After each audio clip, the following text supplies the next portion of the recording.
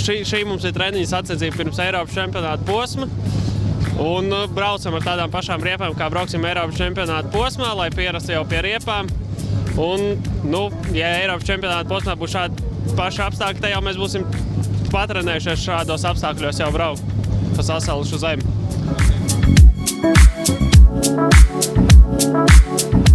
Pirms starta ir mazliet uztraukums, jo šie dopi ir tādi ļoti viltīgi. It kā īsi līdz 10 kilometriem, bet ļoti viltīgi ar ļoti grūtām sasaistēm. Un arī tas segums nav tāds, kā gribētos, bet tāds ir rallijs, brauksim kāds ir. Šis liekas, ka tāds kā izdzīvošanas rallijs, jo uzvarēs tas, kurš nobrauks līdz galam. Centīsimies nobraukt līdz galam un labi.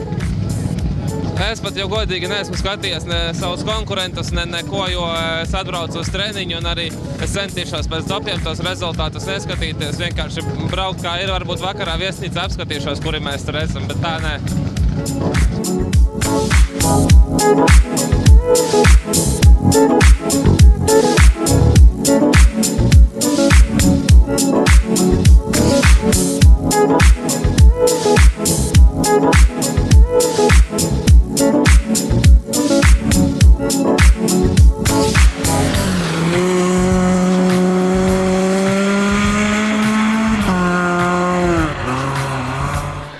Labais viens, tramplīns, kreisais viens, pumpa pa labo, 50, pumpa 30, kreisais 2.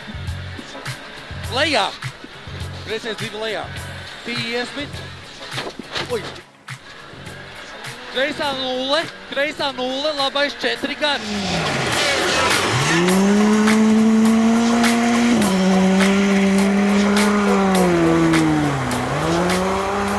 Pirmo ātruma posmus nobraucām ar galīgi neejošu mašīnu, bet grūti ir noķert savu ritmu tagad.